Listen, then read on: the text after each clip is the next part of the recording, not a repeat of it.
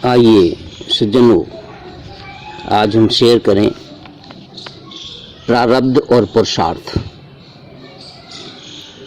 महर्षि वशिष्ठ, योग वशिष्ठ में आया है कि महर्षि वशिष्ठ युवराज श्री राम से प्रारब्ध और पुरुषार्थ का विवेचन करते हुए कहते हैं, श्री राम, शुभ फल की कामना अपने जीवन में हर कोई करता है या करता रहता है, परंतु इस शुभ फल का शुभ आगमन जीवन में तभी होता है या होता रहता है जब जीवन में शुभ कर्म या कर्मों का नित्य निरंतर संपादन होता रहे, मतलब शुभ कर्म करता रहे। क्योंकि जीवन में अपने द्वारा किए गए या किए जा रहे कर्म या कर्मों का ही फल आता रहता है। कर्म फल का सिद्धांत जीवन के साथ संलग्न है। हर छोटे बड़े कर्मों का फल ही जीवन में आता है। कर्म फल के अतिरिक्त और कोई भी चीज का फल जीवन में नहीं आता है।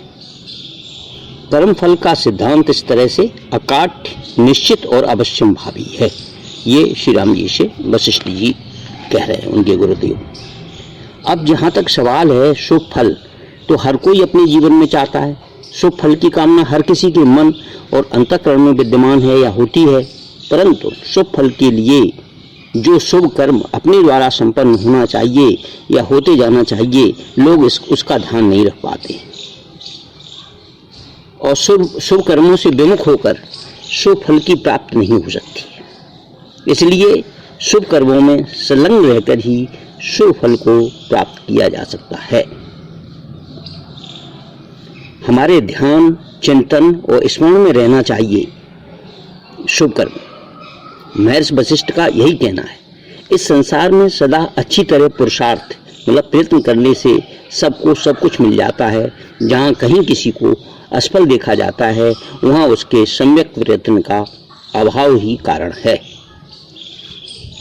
उससे भिन्न जो शास्त्र विपरीत मनमाना आचरण करते हैं, पागलों जैसी चेष्टा करते हैं, जो मनुष्य जिस पदार्थ को पाना चाहता है उसकी प्राप्ति के लिए यदि वह क्रमशः यत्न करता है, बीच में ही उसे मुंह नहीं मोड़ लेता है, तो अवश्य उसे प्राप्त कर लेता है।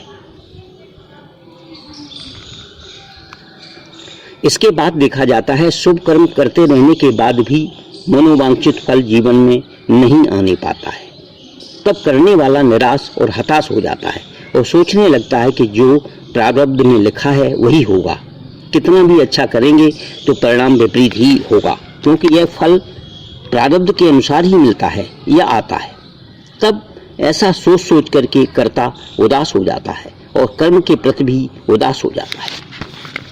फिर जैसे जैसे कर्मों में वह अपना समय व्यतीत करने लगता है, अनमने ढंग से अपनी शांति और ऊर्जा नष्ट करने लगता है।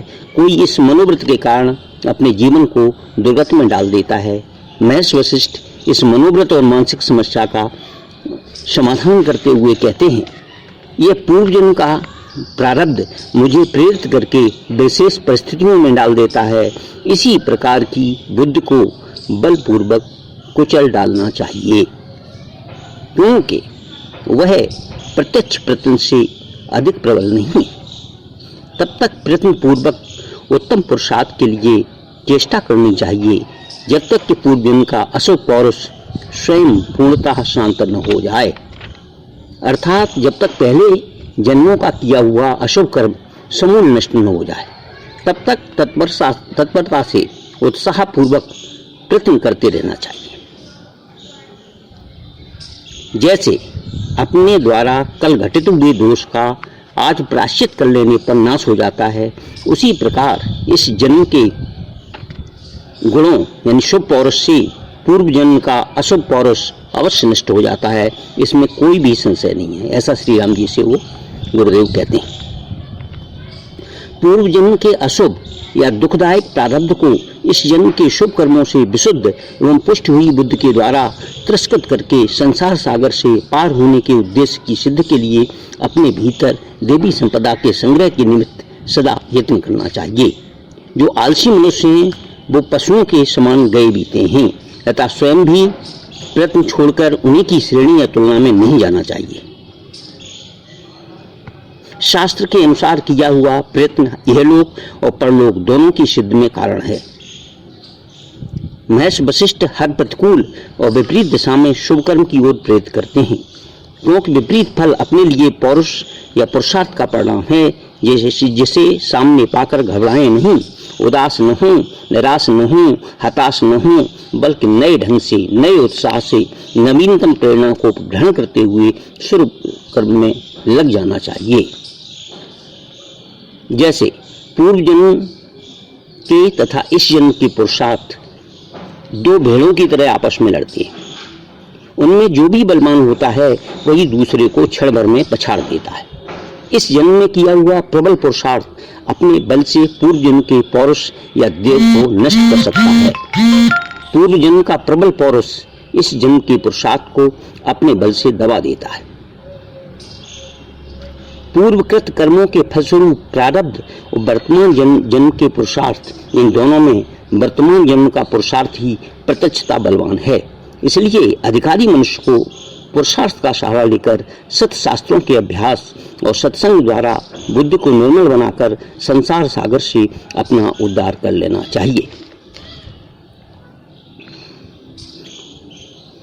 इसी प्रकार पूर्व जन्म के कर्मानुसार यदि किसी की मृत्यु असंभावी है तो उसके प्रतिकार के लिए अनेक प्रकार के उपाय करने पर भी मनुष्य उसे टाल नहीं पाता। अतः यहाँ पूर्वकृत कर्म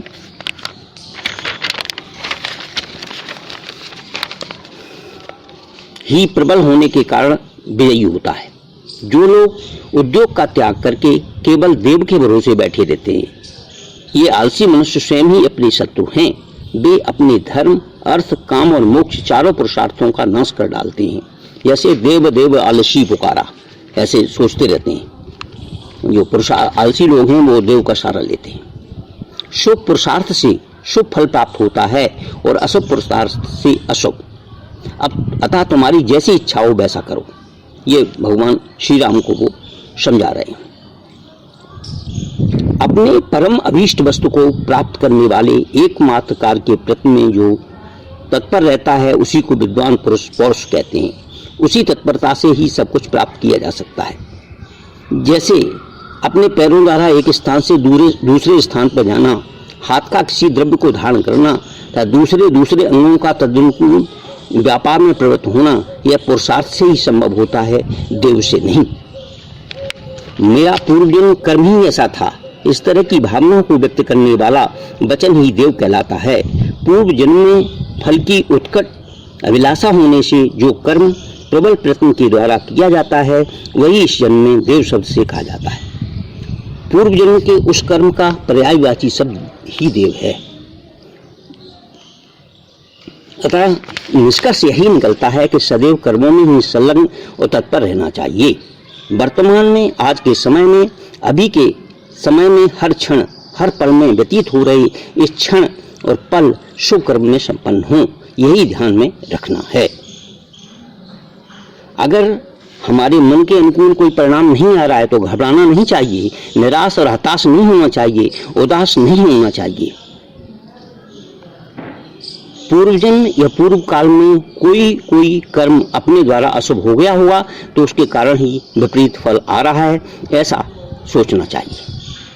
लेकिन जीवन में शांति देने वाला शुभ फल ही अंततः आएगा और आता रहेगा। यही दृढ़ धारणा और मान्यता मन और अंतःकरण में रख करके शुभ कर्म में सदैव संलग्न रहे और जीवन के परम शुभ फल शांति को प्राप्त करे या कर ले।